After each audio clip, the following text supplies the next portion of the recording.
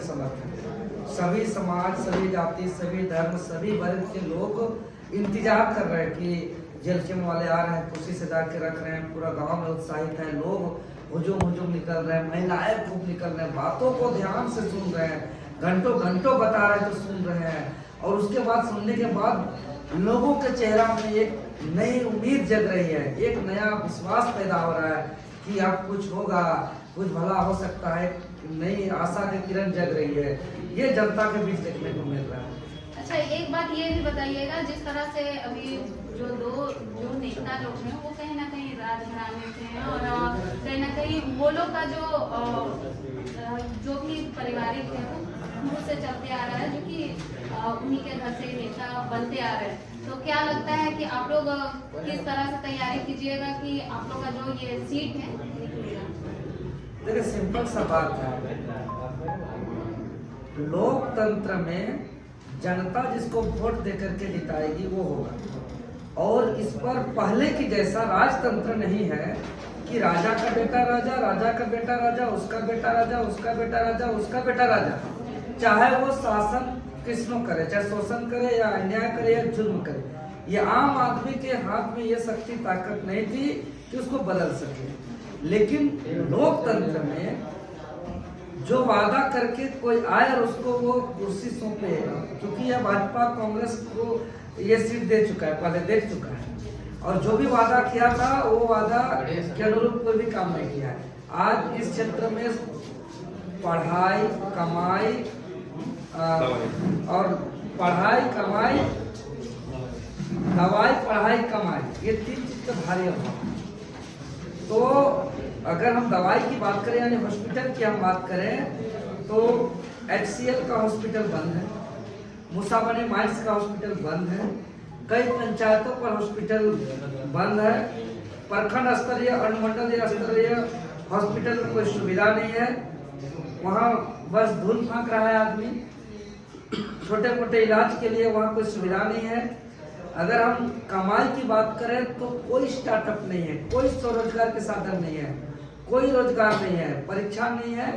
और साथ ही साथ जो एक खनन जो माइंस था वो बंद पड़ा हुआ है, जो HCL है उसमें बाहर के लोग आकर के नौकरी कर रहे हैं। यानी अब कमाई का भी कोई साधन नहीं है, दवाई का भी साधन नहीं है। पढ़ाई की स्थिति हम लोग स्कूल में जा करके देखे तो शिक्षा मिल ही नहीं रहा है, कहीं शिक्षक नहीं है तो पढ़ाई नहीं करा रहे हैं, शिक्षक स्कूल नहीं जा रहे हैं, ये स्थिति बनी हुई है। अगर हम ब्लॉक की हम बात करें तो ब्लॉक में बिना चढ़ावा दिए, बिना दलाल पकड़े, बिना बिचौलिया के सहारे आपका कोई एक साधारण सा जाति आवासीय प्रमाण पत्र नहीं बन पा रहा है, आपका आवास कुआं तालाब पास नहीं हो रहा है, तो लोग यहाँ त्रस्त हैं, परेशान है, इसलिए वो लोग कर रहे हैं। अभी मुस्लिम बस्ती हम गए थे, आदिवासी बस्ती हम गए थे, वो लोग साफ कर रहे हैं कि समय बदल गया है। जो पहले लगता था कि मेरा वोट बैंक मुस्लिम है, मेरा वोट बैंक आदिवासी है, मेरा वोट बैंक महिला है, मेरा वोट बैंक जो है कि सामान्य वर्ग है, मेरा वोट बैंक पिछड़ा है, तो मेरा वोट बैंक अति पिछड़ा है, वो जमाना बदल गया। सब आदमी को चिंता है, आधा आबादी महिला को चिंता है, जो खाना बनाती है कि कितना मुश्किल से खाना बन रहा है, कि सब्जी नहीं है, दाल नहीं है, तेल नहीं है, नमक नहीं है, हल्दी मसाला नहीं है, घर में विद्रोह हो रहा है, लड़ाई हो रहा है, पति पत्नी में लड़ाई हो रहा है, घर परिवार में, क्योंकि महंगाई में सब खाना बनाने का सामान नहीं जुट रही है। आधा आबादी 1,30,000 महिला वोटर, इसका चिंता है। इसीलिए जातिवाद और धर्मवाद और क्षेत्रवाद और लाभ लालच पे वोटिंग नहीं करेगी यहाँ की आधा आबादी महिला। जो 40 साल से इधर जो नौजवान है वो इस चीज को देख रहे हैं कि यहाँ स्टार्टअप नहीं है, रोजगार के साधन नहीं है, यहाँ कोई स्वरोजगार की व्यवस्था नहीं है, कितना मुश्किल से बच्चों को शिक्षा मिल रहा है, कोई रोजगार युक्त शिक्षा का व्यवस्था नहीं है, वो इस चीज को देख रहे हैं, जिस पर चिंता करके वोट करेगा इस बार। और जो बुद्धिजीवी वर्ग है वो कानून व्यवस्था को देख रहे हैं कि यहाँ कोई भी कानून की स्थिति से यहाँ शासन व्यवस्था नहीं चल रहा। तो कुल मिलाकर के जेलखेम को भारी समर्थन है। जो 50 साल तक के यहाँ किसी भी जाति धर्म के लोग हैं वो इस चीज को देख रहे हैं कि चिंता कर रहे हैं कि ब्लॉक की स्थिति कैसे सुधरेगा, वो चिंता कर रहे हैं कि अस्पताल कैसे सुधरेगा, वो चिंता कर रहे हैं कि थाना का स्थिति कैसे बेहतर होगा, वो चिंता कर रहे हैं कि स्कूल कैसे सुधरेगा, वो चिंता कर रहे हैं कि हम महंगाई कैसे घटेगा। एक चीज बताइएगा, जिस तरह से देखा जा रहा है कि जो भी प्रत्याशी है जिनसे आप लोगों का टकराव होने वाला है, वो दल बल आर्थिक स्थिति मतलब उन लोग का हर एक चीज मजबूत है, और आप लोग कैसे कीजिएगा, जिस तरह से आप लोग का स्थिति, आप लोग शुरू से चंदा लेके चुनाव लड़ रहे हैं, हर एक चीज किए हैं जो चंदा जमा करके करते हैं, तो इस बार क्या फंडा अपनाया है? देखिए, अगर आज से 10, 15 या 20 साल पहले जाएंगे और चुनावी को देखेंगे तो इस प्रकार का काम जहाँ करोड़ों करोड़ रुपया, हेलीकॉप्टर, तो बड़ी बड़ी गाड़ी की काफिला की कोई आवश्यकता नहीं, और उस समय इसीलिए अच्छे लोग चुन करके आते थे, जनता के बीच में रहते थे, 5 साल उन लोग का सीधा संवाद होता था। लेकिन जब से ये ताम झाम वोट और करोड़ों करोड़ का जरूरत कब है चुनाव में? लोकतंत्र में अगर सीधा साधा ईमानदारी पूर्वक चुनाव लड़ा जाए तो वो जितना आवश्यकता है उतना हम लोग को जनता से सहयोग मिल रहा है, उससे ज्यादा पैसा की आवश्यकता हो रहा है। मतलब कि हम एक झूठ बात को प्रचार करना है, एक झूठ बात को दिग्भ्रमित करना है, उस पर ज्यादा पैसा की आवश्यकता होती है। अगर आप सिंपली कोई अच्छा काम करने के लिए वहां पे कोई ज्यादा पैसा की आवश्यकता नहीं है, लेकिन एक अच्छा चीज को दबाना है, एक झूठ चीज को प्रसार करना है, प्रचार करना है, लोगों को दिग्भ्रमित करना, तब वहां करोड़ों करोड़ की आवश्यकता है।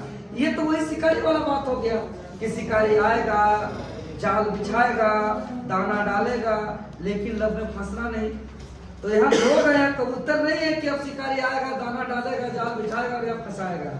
यहाँ इंसान है, लोग हैं, उनको सोचने की शक्ति है, वो बच्चियों को शिक्षा के बारे सोच रहे हैं, माँ बाप की दवाई के बारे सोच रहे हैं, घर के राशन पानी के बारे सोच रहे हैं, वो ब्लॉक अस्पताल के बारे सोच रहे हैं, वो रोजगार स्वरोजगार स्टार्टअप के बारे सोच रहे हैं, वो कोई वैकेंसी आ रहा है तो वो संचार के बारे सोच रहे हैं।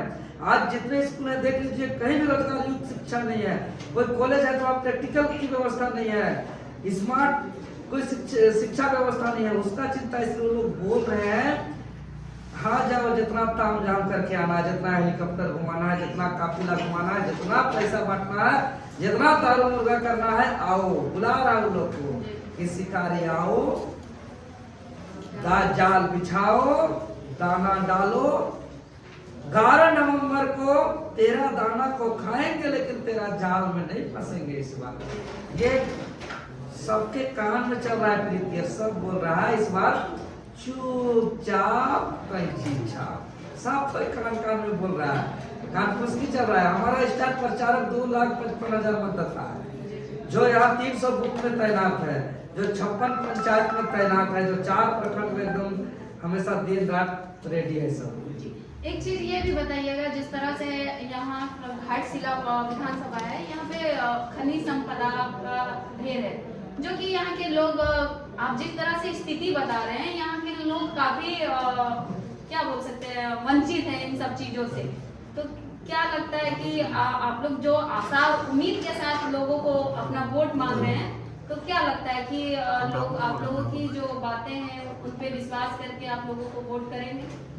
बिल्कुल करेंगे, करना ही चाहिए। वो अपने लिए करेंगे, वो हमारे लिए नहीं करेंगे, वो अपने भविष्य के लिए करेंगे, क्योंकि घाटशिला विधानसभा यहाँ क्षेत्र यहाँ के लोगों का है, यहाँ के लोगों को सोचना है। यहाँ झारखंड प्रदेश में 80 प्रकार के खनिज हैं, सिर्फ घाटशिला क्षेत्र में 8 प्रकार के खनिज हैं, वही महंगे से महंगे खनिज हैं। लेकिन आज यहाँ की स्थिति है कि पानी का व्यवस्था नहीं, रोड की व्यवस्था नहीं, हॉस्पिटल का व्यवस्था नहीं। अच्छा, 25 सालों से देखा जा रहा है कि सरकार आ रहा है, तो यहाँ पे कोई भी विकास का कोई भी काम नहीं हुआ। क्या लगता है, विकास से कोसों दूर है? बिल्कुल है, आप जाकर के ग्राउंड रिपोर्ट कर सकते हैं। सिर्फ और सिर्फ यहाँ के लोगों को वोट बैंक समझा है, और यहाँ सिर्फ और सिर्फ लूट घसोट करके जिस पार्टी से टिकट लेता है उस पार्टी को चंदा पहुंचाता है, और यहाँ के जनता से कोई मतलब नहीं रखता। अभी बताइए, 3 प्रत्याशी जिसका आप यहाँ त्रिकोणीय मुकाबला का बात कर रहे हैं, जो बीजेपी के प्रत्याशी हैं बाबूलाल सोरेन जी, वो सरायकला के वोटर हैं, सरायकला से आ रहे हैं, जो यहाँ वोट भी अपना नहीं दे सकते हैं। जो जेएमएम के प्रत्याशी हैं सोमेश सोरेन जी, वो जुगसराय विधानसभा के प्रत्याशी हैं, वो अपना वोट भी नहीं दे पाएंगे। जो अपना खुद का अपना वोट नहीं दे पाएंगे, वो यहाँ दूसरों का वोट से विधायक बनना चाहते हैं। और हमारा जो विधायक रामदास मुर्मू जी है, वो घाटशिला गालूडी का यही का माटी का बेटा है। वो एफिडेविट करके दिए है कि वो 75% अपना वेतन का यहाँ के लोगों के कल्याण के लिए दान करेंगे। वो हम लोग को लिखित रूप से दिए हैं कि वो इस जन्मभूमि को छोड़ करके बाहर कहीं जमीन नहीं खरीदेंगे, वो कहीं बाहर रहने नहीं जाएंगे। तो यहाँ के लोग सोच रहे हैं कि जिसको विधायक बना देंगे दूसरा को, तो उससे मिलने के लिए 4-5 हजार का गाड़ी रिजर्व करना होगा, टाटा नगर जाना होगा, कोई बिचौलिया दलाल को पकड़ना होगा, तब विधायक से हमारा मुलाकात होगा। और ये तो उनका बेटा है, ये तो उन लोग के बीच का है, ये उन लोग के साथ रहेंगे। तो यहाँ घाटशिला के जनता का लड़ाई है, ये घाटशिला के जनता को जीतना है, और वो घाटशिला के जनता का माटी का बेटा को जिताने के पक्ष में है। और आदमी को बस दिग्भ्रमित किया जाता है, नहीं तो ऑलरेडी आदमी इस चीज पर अवेयर है। इसके लिए करोड़ों रुपए की खर्च करने की आवश्यकता नहीं है।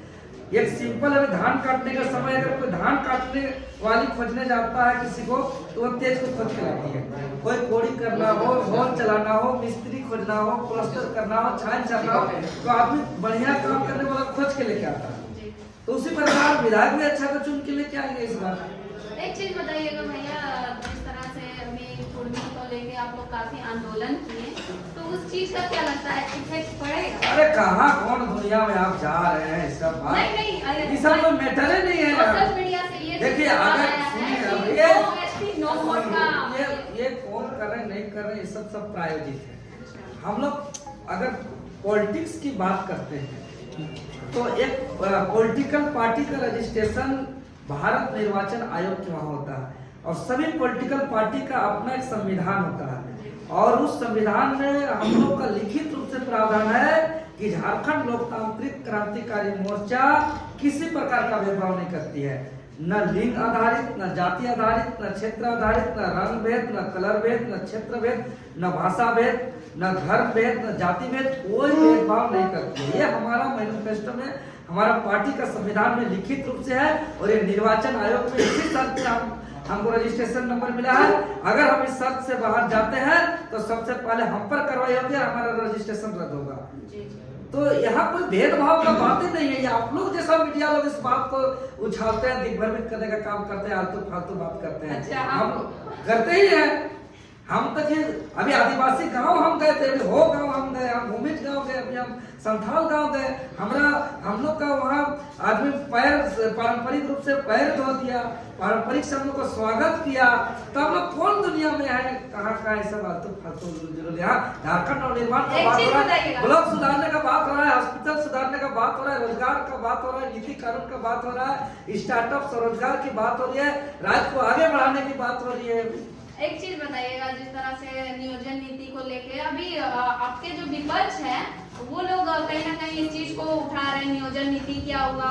और भी जो 1932 खतियान का आप लोग बात कर रहे थे, घाटशिला जो चुनाव है, इसी में अभी भी कर रहे हैं। हाँ, अभी भी कर रहे हैं, पहले भी कर रहे थे। अरे स्थानीय नीति, नियोजन नीति का लड़ाई में आज झारखंड का 606 थाना पर हमारे नेतृत्व पे आंदोलन पर नौजवानों का केस हुआ है, जो कोई पार्टी का पट्टा पहले नहीं पहना था। आज झारखंड जेल का उदय ही हुआ है आंदोलन से। नियोजन नीति, स्थानीय नीति, यहाँ जेपीएससी, जेएसएससी, यहाँ रोजगार नीति नियम को लेकर के, तो हम लोग जिसके वजह से उदय हुआ है, हम लोग उस काम पे अपना तत्पर है। जी। तो देख सकते हैं हमारे साथ थे देवेंद्र नाथ महतो जी, जो अपनी बातों को रख रहे थे और क्या कुछ यहाँ जनता की राय है इस चीज को बता रहे थे। बाकी हमारे वीडियो पे बने रहिए। जोहार, जय झारखंड, जोहार झारखंड, जोहार जोहार।